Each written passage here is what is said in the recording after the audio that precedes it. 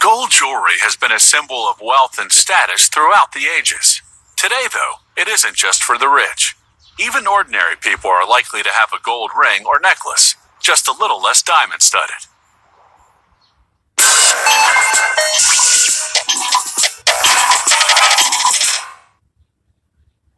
As early as 2000 BC, Egyptian kings and queens adorned themselves in golden jewelry encrusted with precious gems.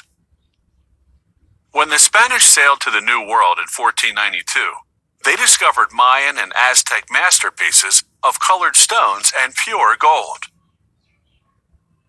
Today, elaborate gold jewelry and precious gems are well beyond the reach of the average person, except for the diamond ring, still the customary symbol of engagements.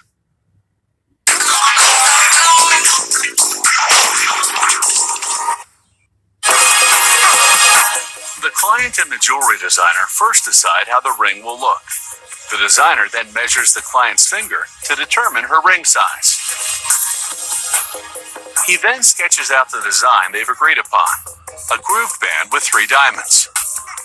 The model maker works with a special carving wax. Using a compass, he measures and marks the width of the band, then carefully saws it off. He takes his gauge and puts it on a stick with ring size markings, called a mandrel. He adjusts his compass to the ring size, then scores the finger hole on the block of wax. He then takes his drill and carefully carves out the hole he scored.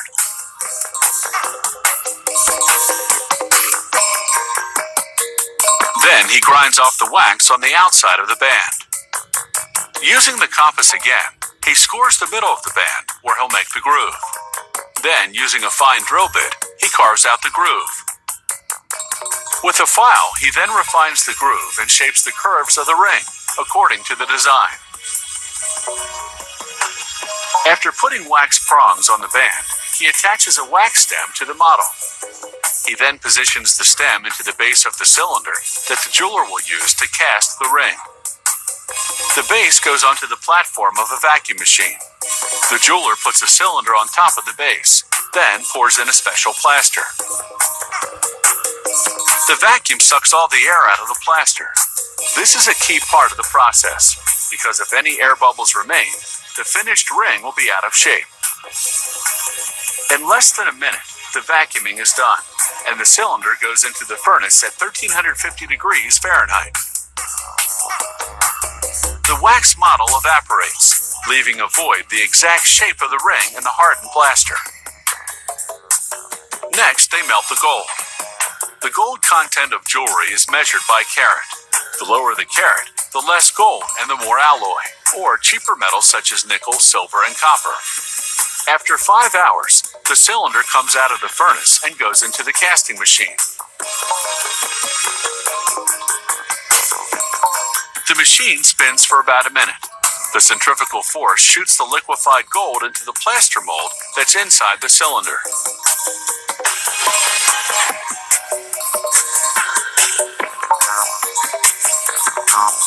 The jeweler then immerses the cylinder in cold water. This cools the gold and makes the plaster disintegrate. What's left is the cast gold ring, but its surface is rough. So, on to the finishing process. The jeweler saws off the stem and gets to work. He files and grinds the ring until the surface is smooth.